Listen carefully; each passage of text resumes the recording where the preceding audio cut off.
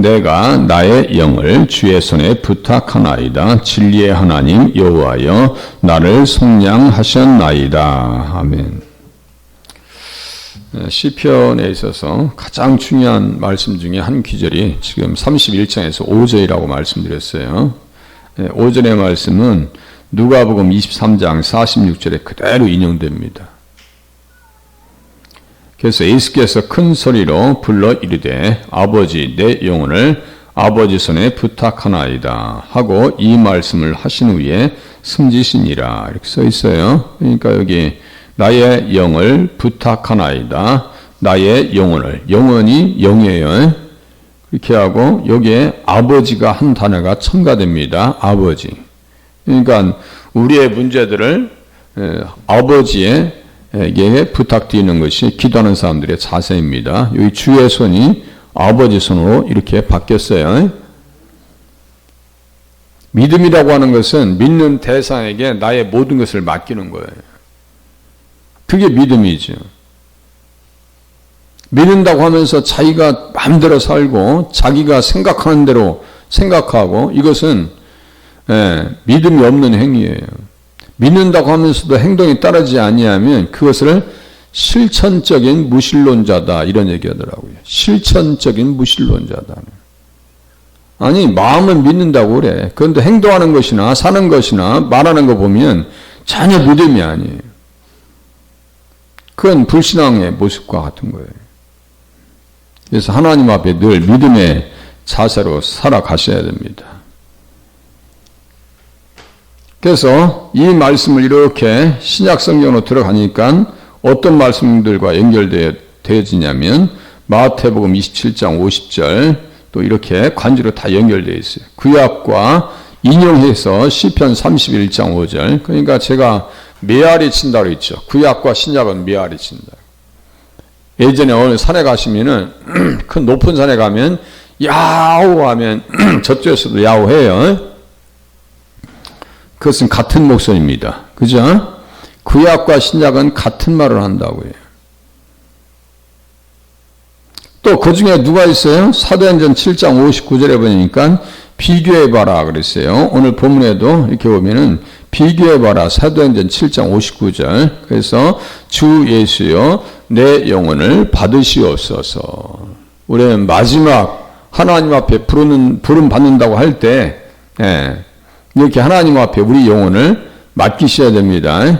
내 영혼을 받으시옵소서. 그래서 요한복음 10장 18절 이걸 또 비교해보라고 써 있어요. 비교해봐라. 이자 써놓고 기억자 써놓고 이런 식으로 승진이라 그랬어요. 그래서 요한복음 10장 18절에 보니까 이를 내게서 빼앗는 자가 있는 것이 아니라 내가 스스로 버리노라. 아니 주님은 운명하셨어요. 힘이 없어서 끌려가신 것이 아니에요. 스스로 가신 거예요. 누구 때문에? 나를 업으시고 나를 안으시고 나를 살리시려고 나를 구원하시려고 천국길을 열으시려고. 아니 다른 얘기 할 수가 없어요. 지금 나는 스스로 버리노라.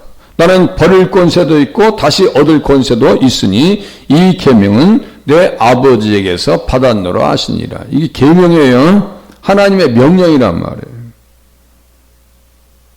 명령은 내가 하고 싶어서 하고 하기 싫어서 하지 않는 것이 아니에요. 명령은 나의 유불리를 따지지 말고 순종하는 것이 하나님의 명령입니다.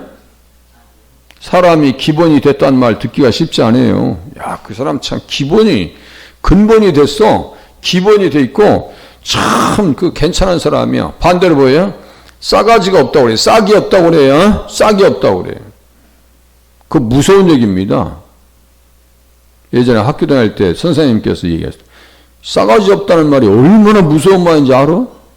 농사 질 때 싸가지가 싹이 없다는 것은 이 생명이 없다는 얘기잖아요. 우리는 예수 그리스도의 생명력이 있는 삶을 사시고 기본이 된 신앙으로 하나님 앞에 영광 돌리시기를 바랍니다. 기본 되기가 쉽지 않아요. 말씀대로 살려고 하는 것이 그 기본 되려고 하는 사람들의 자세입니다. 진리 하나님 여호와여 나를 속량하셨나이다. 속량이라고 할 때 값이 들어간다 했어요. 몸값을 주다. 그리고 구속하다, 구출하다, 구원하다, 몸값을 받고 석방하다, 풀어내다, 구해내주다. 우리 보석금이라고 들어보셨죠? 보석금 내고 우리가 풀려납니다. 우리 주님께서 우리를 속량해 주셨어요. 예수님의 속량하심, 진리 하나님 여호와여 나를 속량하셨나이다. 대속해 주셨어요. 대속의 값은 뭐라고요? 은 30이다. 은 30 쭉 써놨어요. 은 30, 은 30, 은 30, 은 30 해가지고 출애굽기 31장 23절과 스가랴서 11장 12절 13절 마태복음 26장 15절이 한 세트라고 말씀드렸어요. 이것을 패키지화 시켜가지고 외워야 된다는 거예요. 자꾸 이 말씀들이 있어야 우리 속에서 샘솟듯이 우리는요, 우리 자아라고 하는 것은 더럽혀져 있어요. 우리 자아는 이 세상에서 길들여져 있는 우리 자기라고 하는 존재는요, 더럽혀져 있어요. 이 더러운 것을 우리 속에서 생수의 강처럼 이렇게 자꾸 물이 올라와야 이게 더러운 것이 씻겨지고 사상도 바뀌고 생각도 바뀌고 의식도 바뀌고 또 말하는 것도 바뀌고 가는 것도 바뀐다고요. 좋아하는 것도 바뀌어야 되는 거예요. 다 바뀌어야 돼요. 그런데 이게 속에서 이렇게 솟구쳐 올라오지 않냐면요, 절대로 변화받잖아요. 제가 옹달샘 비유를 했잖아요. 옹달샘. 시골에서 그냥 어렸을 때 옹달샘 옆에서 가재 잡고 막 놀고, 막 더럽혀. 아기들이 막 물장구 치고 막 더럽힙니다. 그러면 옹달샘은요, 밑에서 항상 물이 계속 샘솟습니다. 그죠? 계속 샘물이 와요. 그러니까 좀 있으면요, 쫙 맑아져요. 맑아집니다. 우리의 샘솟는, 우리 속에서 샘솟는 이 말씀이 우리 안에 있으셔야 돼요. 어떤 은혜가요? 진리의 하나님 여호와여 나를 속량하셨나이다. 늘 깨끗하게 하고 새롭게 변화시켜주는 말씀의 은혜를 덧입으셔야 돼요. 그래서 여기 보세요. 이제 몸값이에요. 이 피값이란 말이에요. 피값이란 말이에요. 그래서 이 피값, 자, 예수님께서 이렇게 하실 때, 돌아가실 때, 아버지여 주 예수여 내 영혼을 받으시옵소서. 예수께서 큰 소리로 불러 이르시되 내 아버지 내 영혼을 아버지 손에 부탁하나이다 하고 이 말씀을 하신 후에 숨지시니라. 숨지셨어요. 자, 숨지셨어요. 숨지실 때 어떤 일이 있었어요? 성소의 휘장이 한가운데 찢어지더라. 자, 44절 밑에 45절이요. 다시요. 여기 46절, 45절. 자, 성소의 휘장이 한가운데로 찢어졌더라. 그랬어요. 찢어짐을 통해서 이루신 게 뭘까요? 휘장이 찢어졌다고 했어요. 자, 하나님 앞에 운명하시면서 휘장이 찢어짐을 통해서 우리에게 열린 것이 있다고 했어요. 자, 히브리서 10장 20절 맨 밑에서 둘, 셋, 네 번째, 세 번째 줄쯤 되네요. 네 번째. 그 길은 우리를 위하여 휘장 가운데로 열어놓으신 새로운 살 길이요. 휘장은 곧 그의 육체니라. 자, 육체가 찢어졌어요. 칼에, 창에 찔리셨어요. 못에 찔리셨습니다. 그래서 휘장이 찢겼어요. 휘장이 뭐라고요? 그의 육체인데 예수님은 육체가 상해짐을 통해서 우리를 위하여 새로운 살 길을 열어놓으셨어요. 열어놓으신 새로운 살 길이다. 이런 부분들을 잘 이해해야 잘 살아야지. 그야말로 새벽정이 울렸네. 우리도 한번 잘 살아보세요. 그래서 우리가 박정희 대통령을 칭찬하는 거예요. 새벽정이, 교회 새벽정이라고 말씀드렸죠? 이 민족의 살 길이 열렸어요. 박정희 대통령께서 구상하고 정주영 회장께서 실행시키셨대. 참 대단한 사람들. 한민족을 축복하시려고 그 사람들을 세운 거예요. 그렇게 이해하셔야 돼. 자, 휘장에는 뭐가 있을까요? 휘장. 위에서부터 파란 색깔로 휘장 칠해놨어요. 세 개가 나오네요. 휘장에는 뭐가 있을까요? 홍색 실이 딱 있어요. 홍색은 벌레입니다. 벌레예요. 여기 홍색 해놓고 벌레. 진홍같이 다 벌레예요, 벌레. 벌레에서 나왔다고요. 어떤 벌레예요? 심홍색 염료로서 알리시스 구균의 암놈을 말려서 만든 염료다. 이렇게 써놨어요. 그러니까 홍색은 뭐예요? 예수님의 피를 얘기하는 거예요.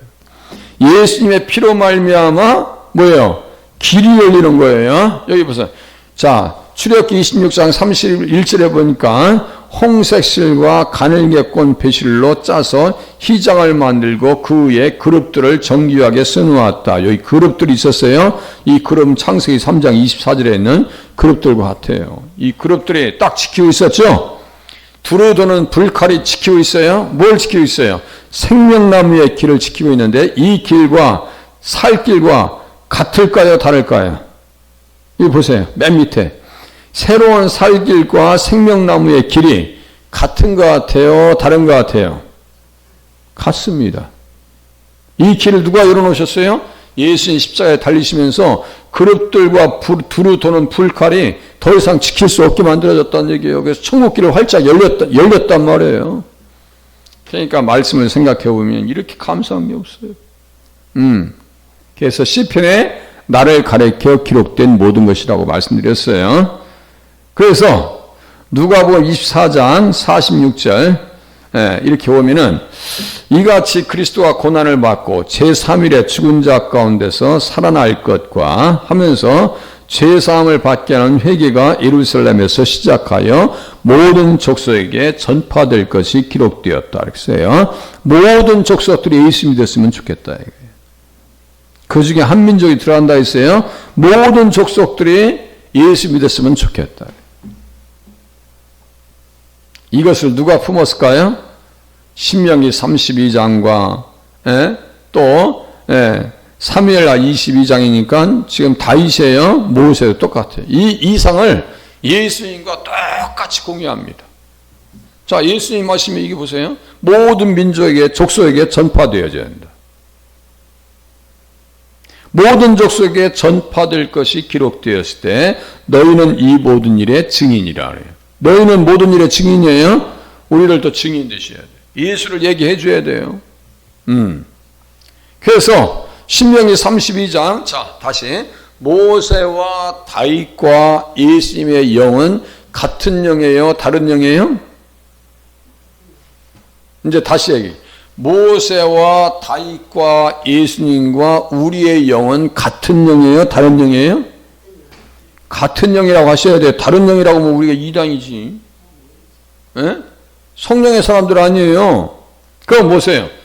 모세도 똑같이 그 이상을 가지고 있어요. 그는 반석이시냐면서 진실하고 거짓이 없으신 하나님이다. 진리의 하나님을 얘기합니다. 신명기 32장 4절.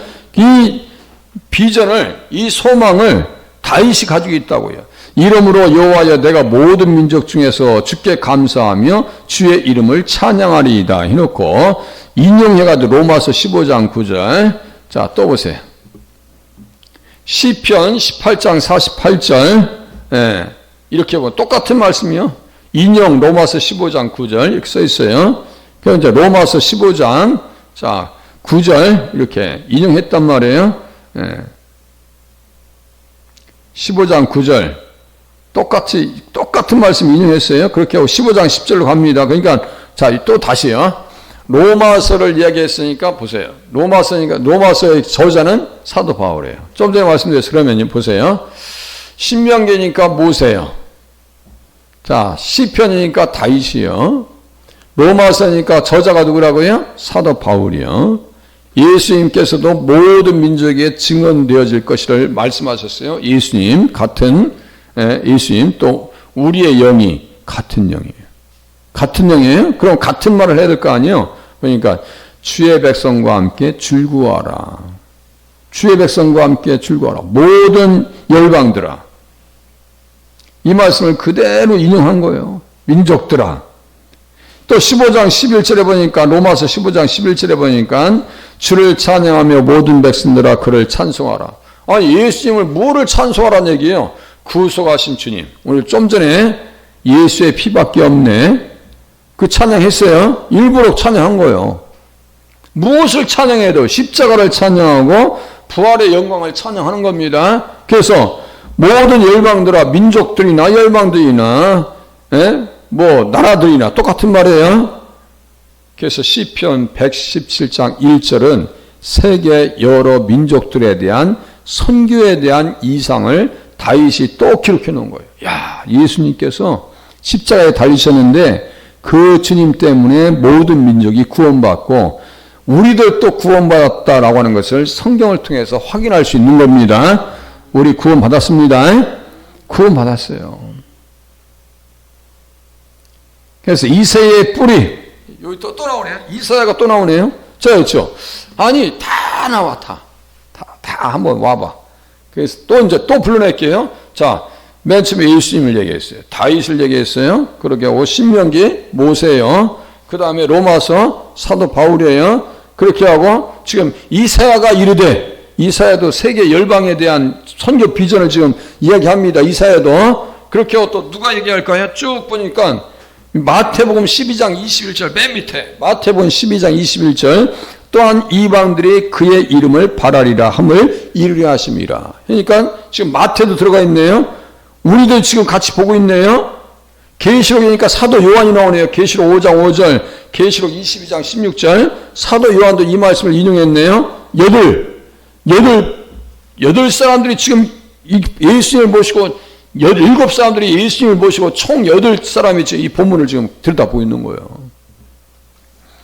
그러니까 성경을 입체적으로 볼 수 있는 눈을 열으셔야 돼. 그러면요, 주변적인 것이 생각이 안 나요. 거기에 휘둘리지도 않아요. 그렇게 신앙생활 하셔야 돼. 예? 그냥 눈에 보이는 거, 당장 눈앞에 있는 거, 미시적이고 아주 단세포적인 생각을 가지고 신앙생활 하지 않는다니까요.